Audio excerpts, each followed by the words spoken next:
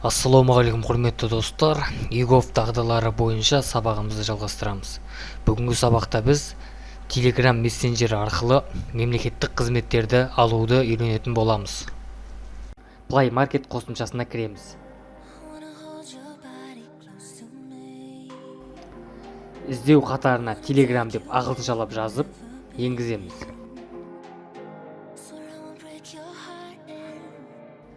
Іздеу нәтижесі аяқталғаннан кейін қажетті қосымшаның үстіне шертеміз. Яғни бізге Telegram қажет, Telegramның үстіне шертеміз. Қажетті қосымшаның терезесі ашылған сәтте біз оң жақ бөлікте жасыл шеңберде установить батырмасын көреміз. Сол батырманы шерту арқылы біз келесі қадамға өтеміз. Telegram қосымшасын жүктеу бірнеше уақыт алуы мүмкін. Ол сіздің интернет жылдамдығыңызға байланысты. Telegram қосымшасы жүктеліп орнатылған соң біз қосымшалар қатарынан Telegram бағдарламасының үстіне шертеміз. Қосымша іске түскен сәтте алғашқы терезеде біз продолжить на русскому деген жасыл сөздің үстін басып, келесі қадамға өтеміз. Мобильді нөмірімізді енгізу қатарында біз өзіміздің елімізді таңдап алуымыз қажет, яғни Қазақстанды. Ол үшін USA деген сөздің үстіне шертіп, ашылған тізімдер қатарынан Қазақстан деген сөзді тауып аламыз. Біз мобильді нөмірімізді енгіземіз.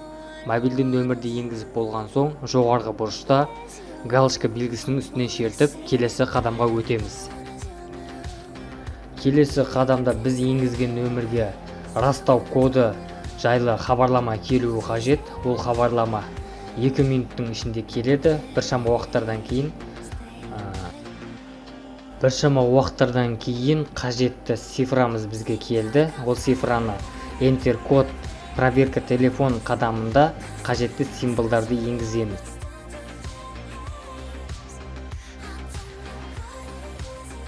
Яғни 78-729 символын енгізіп, келесі қадамға өтеміз. Аты жөнімізді енгізу жолағына first name дегенге өзіміздің фамилиямызды енгіземіз, яғни тегімізді. Екінші last name дегенге өзіміздің атымызды енгізіп,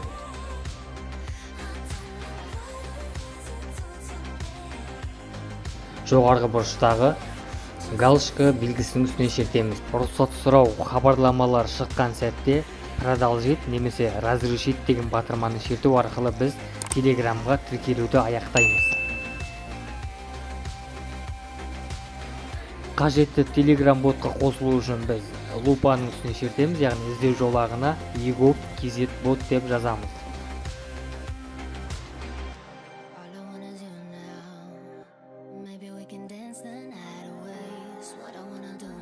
Іздеу нәтижесі шыққан соң қажетті парақшаға қосылып, келесі қадамға өтеміз. Келесі қадамда біз төменгі бөлікте старт батырмасын шертіп, қазақ тілдің үстіне шертіп, келесі қадамға өтеміз. егов kz бот сөзінің қарама-қарсы бетінде 3 нүкте бар. Сол 3 нүктенің үстіне шертіп, ашылған тізімдер қатарынан отправить свой телефон деген бөлімді таңдап аламыз. Келесі қадамда біз сменить язык бағанын таңдап, қызмет алу тілін өзгертеміз. Telegram бот арқылы мекенжай анықтамасын алуды көрсететін болсам, ол үшін қызметтер бөлімін шертіп, ашылған тізімнен мекенжай анықтамасы деген бағанды таңдаймыз. Анықтаманы кімге алу керек? Жұбайыңызға ма, или балаңызға ма, өзіңізге ме? Анықтаманы мен өзіме алмақшымын, өзіме деген бөлікті таңдаймын. Мобильді нөмірімізге растау коды келу қажет. Растау коды келген соң ағымдағы енгізу жолағына кодты енгізіп, жіберу батырмасын шертеміз. Мәртебені тексеру арқылы біз сұраныстың мәртебесін тексереміз.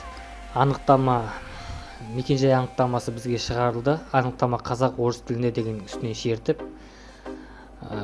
мекенжай анықтамасын өзіміздің ұялы телефонымызға жүктеп